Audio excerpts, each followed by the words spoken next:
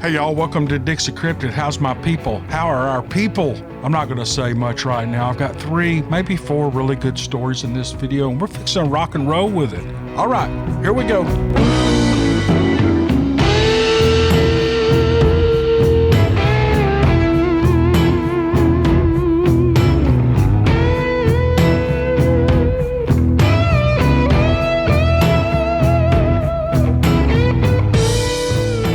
This writer's name is John, and he writes, I grew up in the Red River Valley near Texarkana, Texas, on the Arkansas side. My father was a soybean and cotton farmer, and we had 1,500 acres in the Choctaw Bayou near the town of Foreman. I was 5 years old and had been sick for several days, and my father and my brothers had gone to Texarkana to get parts for their motorcycles. The dealership had a little Honda 50 mini trail bike, and my brothers talked my dad into getting it for me. They brought it home and called me from inside the house. Wow, was I happy. Needless to say, I got well very fast. I rode that bike all over that farm. The Choctaw Bayou ran behind our house and divided the farm. When you crossed the bridge over the bayou, it was like instantly eyes were on you. I always had an uneasy feeling in there.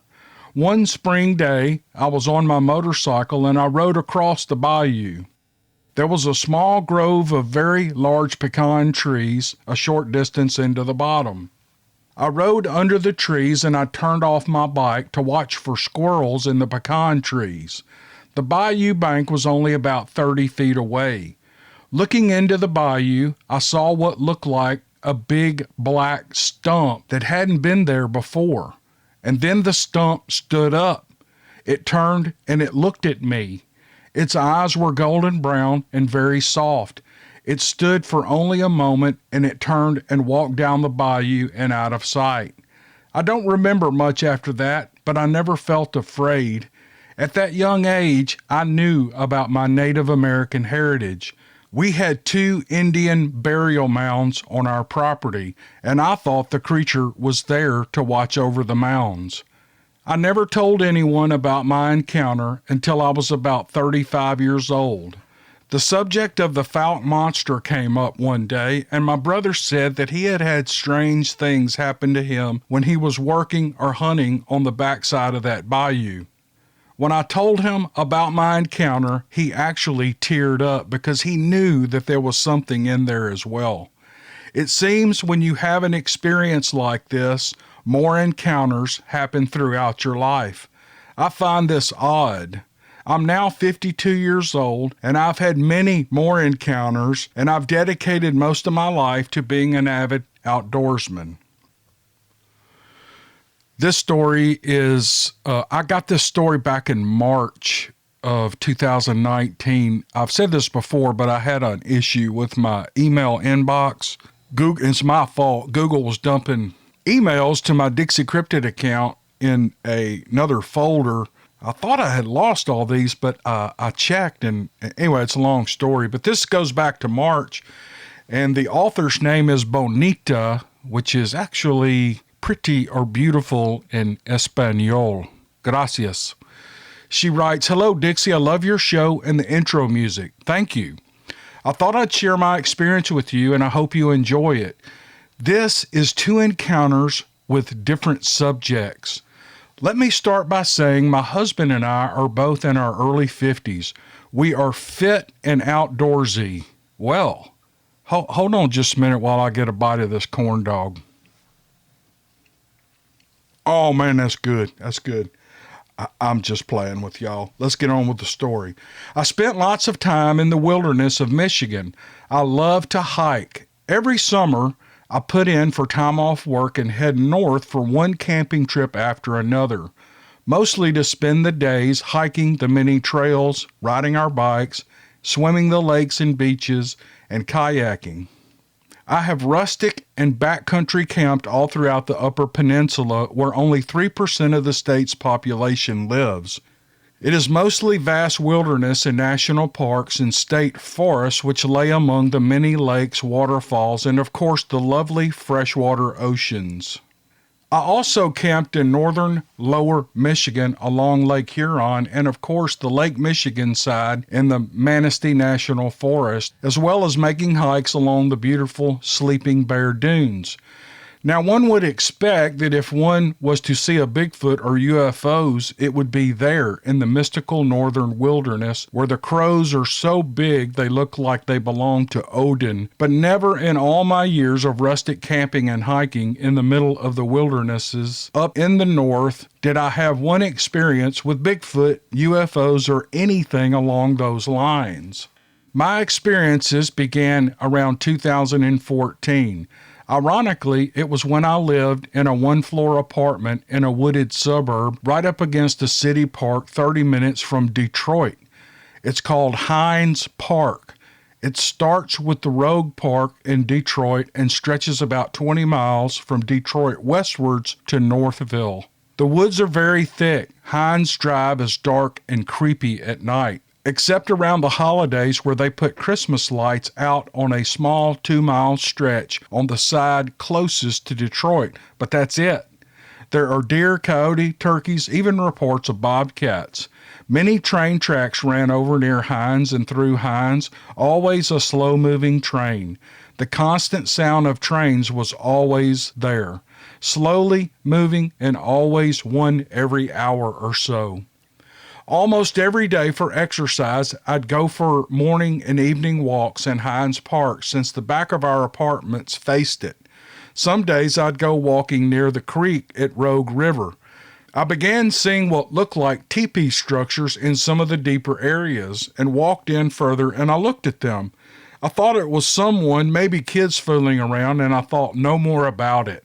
I walked along the edge of the woods and I heard a growl coming from above and what sounded like a person walking away.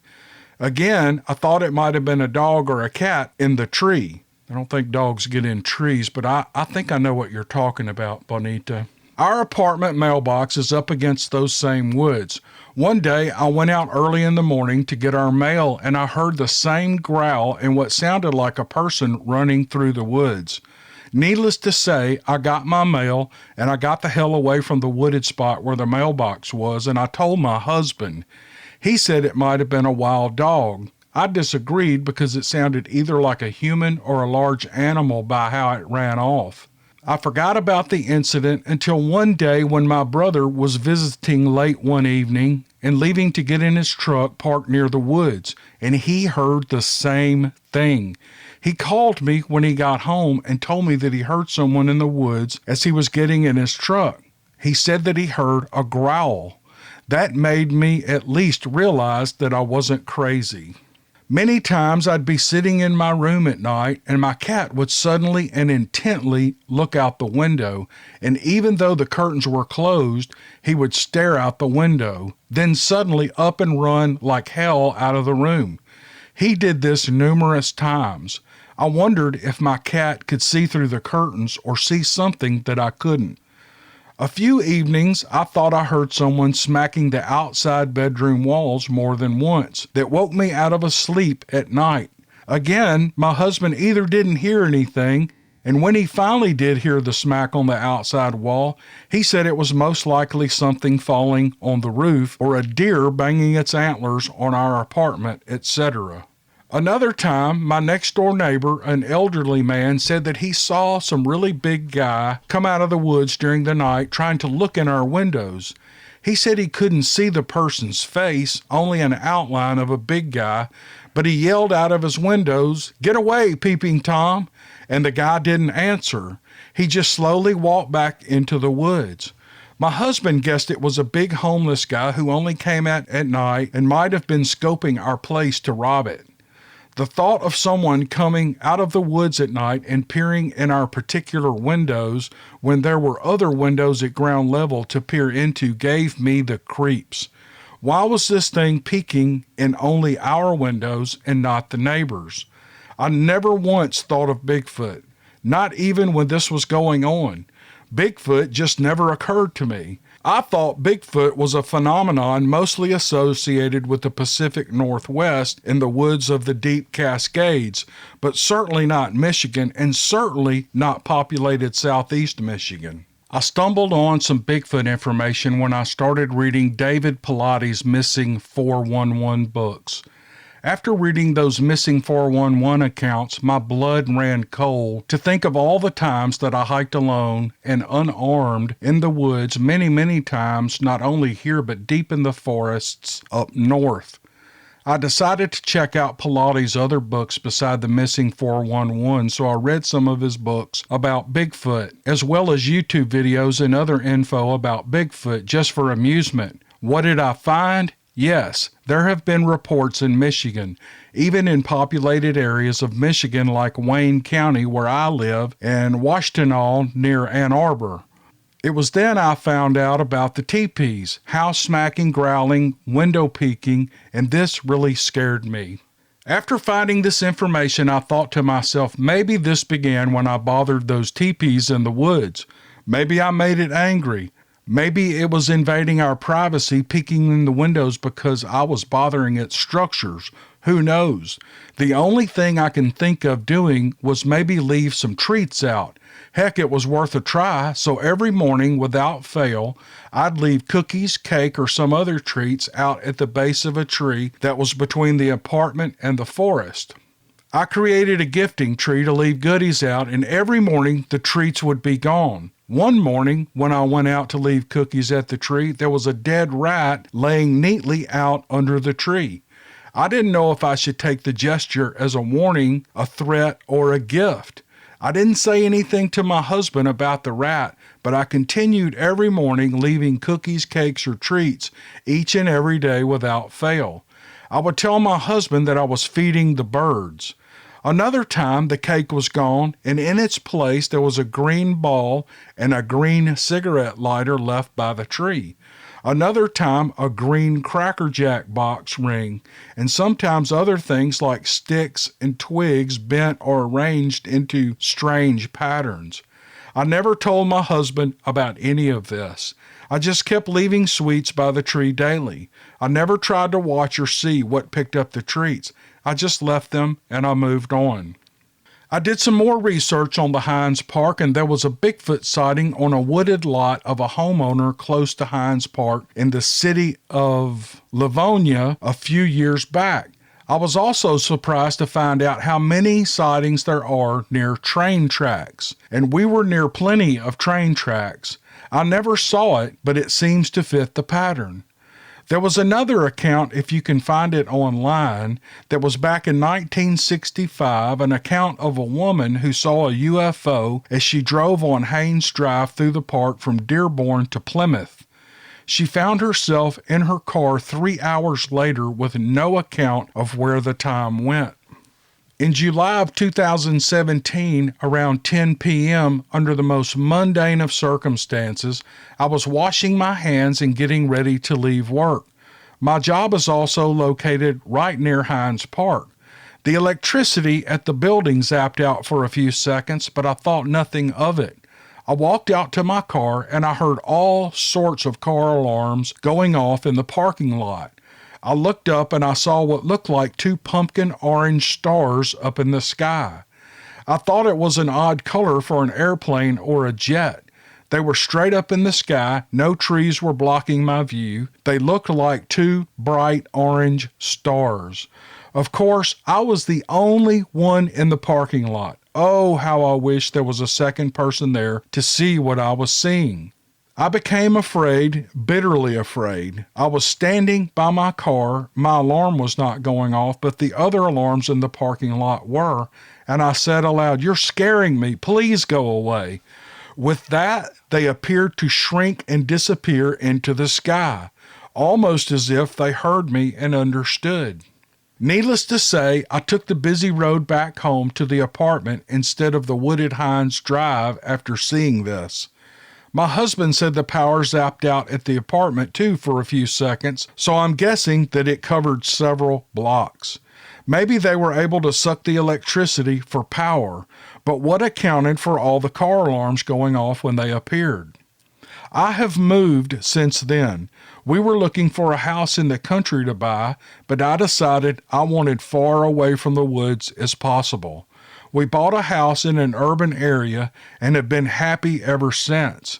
We mistakenly assume the woods are safe, but do we really know everything about them? To think of all the times that I walked in the dense wilderness alone and unarmed, it makes my blood run cold to think I could have ended up as a missing 411 case. I am happy living in an urban environment now.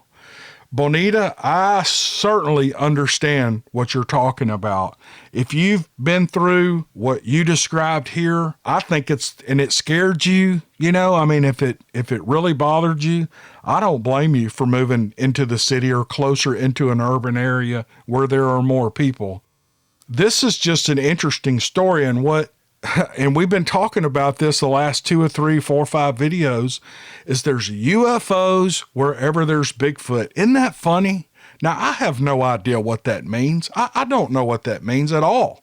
But it's just a strange coincidence for me. I went for a year doing these stories and never got hardly any stories about UFOs and Bigfoots, and there's some, even the smallest connection, there's some connection between the two, whether it be the location, it could just be any number of things, but there's always some connection lately with a UFO. Oh, here comes my big old lab. Oh, he went to another bed. He's okay. He's laying down. Good boy, Chump. Good boy. But it's just funny that these are popping up, and it's really got me thinking, and it may just be coincidence. It may just be coincidence because this email came last March, and Bonita, I'm sorry it took so long to get to it, but if you need an explanation, I'll email it to you. It's just an honest mistake folder in my Gmail account to put certain emails in, like promotions and not spam, but like stuff on Amazon and, some of the subscriptions I have. I wanted it to go to another folder. And this thing, my Google inbox started dumping all these encounter emails into one of those folders. And one day I just saw that it was had 300 or 400 emails in it. And I knew I didn't have that many promotions or announcements from Amazon, for example. I looked at it and there were all these encounter stories, and I thought, oh my gosh, at least I have them. That's the good thing, and I can get to them. So that's the story on that. Y'all are probably tired of hearing me say that, but it's a little embarrassing. Anyway, we'll move along. Hey, let's go to another story. This last story, I'm just going to read it. It's really good. I got it recently, and I don't know, I just smiled when I got this story and read it. The writer says, "Hi, my name is Ruben, and I'm 25 years old. I am from Mumbai, India, and have been listening to your channel for quite a while. I love the Bigfoot stories you narrate, and the thought of such a creature living untouched by modern civilization amazes me. I first heard about Bigfoot as a young kid watching National Geographic. I always knew about Yetis residing in deep Himalayan hills, and I wondered about any Bigfoots possibly living in our land. So what I'm about to tell you was a shocker for me when I heard it. My family had a New Year's Day gathering, and all my cousins had come over for lunch. We usually spoke about sports, politics, but that was too boring after a while, so I decided to tell my cousins about unknown creatures like the Loch Ness Monster, Dogman, etc., and I started off by telling them about Bigfoot and how the legend of Bigfoot runs wild among Americans and many people around the world. I was not prepared for what was going to happen next. My dad and my grandpa overheard the conversation and came to my room and stood in utter disbelief that I knew about Bigfoot, and I realized just by looking at their eyes, they knew about it more than I have ever read or seen. In utter shock, my dad started telling me about a story of his childhood when he was around 12 years old, along with my grandpa, that he had encountered something which defied belief. I still have tears in my eyes while I write this, as this was a surreal moment for me to know that these creatures do exist here in India as well. He said on a cold winter's evening around 7 o'clock, in 1972, my grandpa and my dad were coming back from church on the road that led to the house, and it had a 7-acre sugarcane field with tall bushes on both sides of the road. They were on a 110cc scooter, which could be converted into a bicycle if it ran out of fuel, and this came in handy as they lived in the countryside far away from town. While they were passing by a huge banyan tree, something ran out of the sugarcane farm on the left and it crossed the road. This thing was 20 to 25 feet away. My grandpa described it as a huge 8 to 9 feet tall, hairy ape-like creature with dark black fur. The creature was on 2 legs, almost like a gorilla who had learned to walk like a man. The creature crossed the road in an instant and went up the other side of the road and saw my dad and grandpa, and at that very moment, my dad, out of fear, screamed, looking at this hairy creature with massive pecs and shoulders. This led to the creature running away in the field. This was the encounter that changed their life and raised their curiosity on this subject. They never spoke of it in fear of being ridiculed, but when they saw me speak about Bigfoot, they knew they were not alone, and many people in the world had experienced what they had seen. My dad even went on to say about a man he knew who filmed one of these creatures but never knew what they were called and thought it was some kind of an ape. People in India would generally not know about such cryptids. I saw the truth of the story in my grandfather's eyes, and never have I felt such a strong conviction to tell a story like this. I know this may sound weird, but there are accounts of Bigfoot encounters in deep rural India. This is my little story, and I appreciate the efforts you put into reading stories of people's encounters with these things. I cannot tell it to my friends or any others because they don't know what a Bigfoot is, but these tall hairy buggers are living in India, but nobody knows what to call them. That's just a great story. It's a great story. Reuben, I sent him an email back, and I don't know, some kids grow up in India in English-speaking households. And I think it's taught in school, and it's very important to them, especially with people who can go to school. I sent him an email back, and I told him how well he writes for living in India. Now, he might be a white guy from the United States who's moved over to India, but I don't think so. He sounds like he's natural to that continent and that country. And I just want to tell him what a great job he did writing this, English not being his native language. I've worked with some guys from India, mostly engineers. I'm in the construction field. They speak so many different dialects of their language that some parts of the country don't understand other parts of the country. It's pretty amazing. And there are economic levels, social levels, and the dialects change from, for instance, people who are presidents or vice presidents of companies. They speak a totally different language from people who are like blue collar people. It's really amazing. Now, I don't understand it all. I'm not an expert on India at all, but I remember talking to a buddy of mine who is from India, and he was explaining all this to me, and it was fascinating. Super nice guy, just a great guy.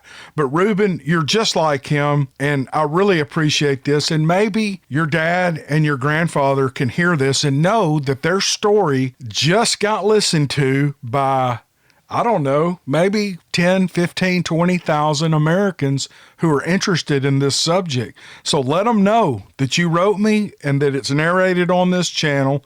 And I've had so much fun doing this story. I'll wind this up. Thank you all so much for clicking on this video and listening this far. It means the world to me. I'm going to end it here, and we're going to start on another video real soon. See you guys on the next one. Thank you.